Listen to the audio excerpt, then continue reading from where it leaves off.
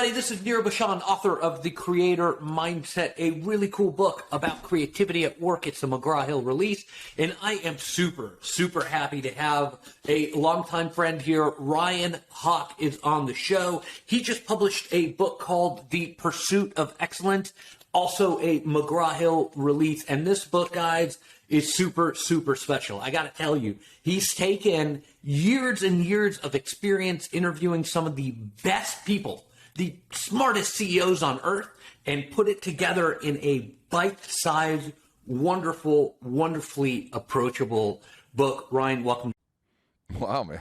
I'm going to bring you with me on the road, dude. I appreciate you having me, Nir. I am your biggest fan, sir. All right? Okay. I'm your biggest fan. So, thanks. Ryan, why this book and why now? Why is this so important?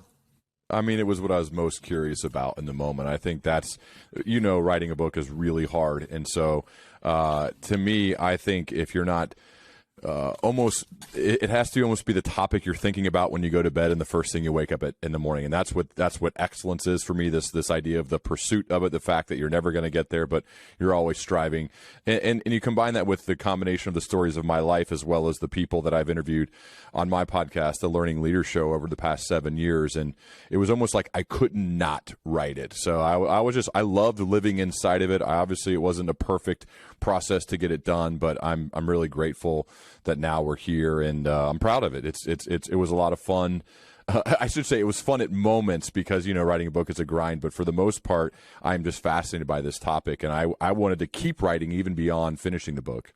Yeah, I mean, it's got so much good stuff in here. Some of the things that I like the most about this book, it's called The Pursuit of Excellence, Ryan Hawk, is that you're talking about, right, changing your mind. Everyone's like, no, never change your mind. Stick to a course. Tell us a little bit about that. Well, if you study like the people in history who have really put a dent in the world, and one of the first examples I use is Steve Jobs. Like, they have Abraham Lincoln's another great one, on a more bigger scale when it comes to his thoughts on slavery of all things. So I think if you look at people who have made something happen, they have the willingness to change their mind, or as Adam Grant might say, strong opinions weakly held. So they're willing to stand on a ledge and say what they believe in, but they're also willing to change their mind if better evidence presents itself. And I think that's a mark of a leader who's very secure in themselves, who's got confidence, who is open-minded to new ideas, to learning. I mean, that's what a learning leader is all about, in my mind, is having this willingness to say, you know what, I think I've evolved a bit here. I think I have better evidence now to present maybe a different idea or a different answer to the question. And so to me, it's just having an open mind and a willingness.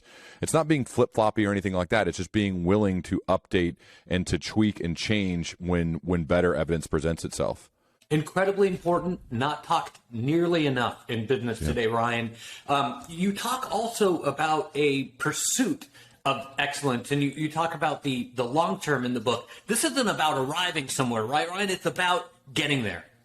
It is. I mean, it's the person you become is the bigger reward than whatever it is you achieve. And I think that's what I think, depending on what you're going through right now, that is helpful, at least for me, to think about, is what type of person am I becoming from going through this, whether I achieve whatever the grand goal is or not.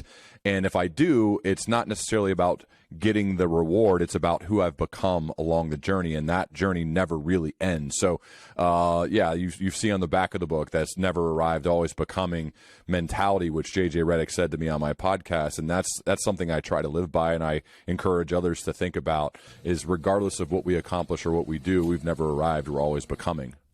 I think it's an incredibly important part of the book. Again, it's called The Pursuit of Excellence, the uncommon behavior of the world's most productive achievers. How cool is that? Ryan Hawk is my guest today. Everybody, I would like you to pick up a copy of this book because it's very, very special. Ryan, last question is about creativity. How does what you've learned in putting this book together with all of this thought leadership and some of your amazing, amazing experience in your history, how does this book make people more creative?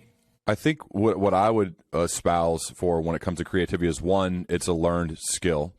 When someone says I'm not creative, I mean, that just isn't true. It's a skill you can learn if you want to. Two, I think it's really important of how you plan and map your days. If you're back to back to back to back to back all day, every day, like happens in corporate America, which happened to me at times, it is harder to be creative with a schedule like that. You got to give your time space to think. Got to give yourself time and space to think. So you have to actually block that out on your calendar. And then three, I think the third and really important, at least for me, and I bet it would help others, is it's hard to be creative alone. I like bouncing ideas off of people. What do you think of this? Is this helpful? What do you think? So I think it's tough to be creative alone. It helps to have a good team around you when it comes to your creative pursuits, to bounce ideas off of, to say, is this helpful? Is this useful? No? Okay, well, let's keep rolling. Let's keep going, right? And so that trusted board of advisors is really important, I think, when it comes to your creative pursuits. Love it, Ryan. Again, the book is called The Pursuit of Excellence, The Uncommon Behaviors of the World's Most Productive Achievers. My guest today is Ryan Hawk on McGraw-Hill's Coffee Break. Thanks for being on the show, man. I appreciate it. I really appreciate you having me, Nir. Thank you.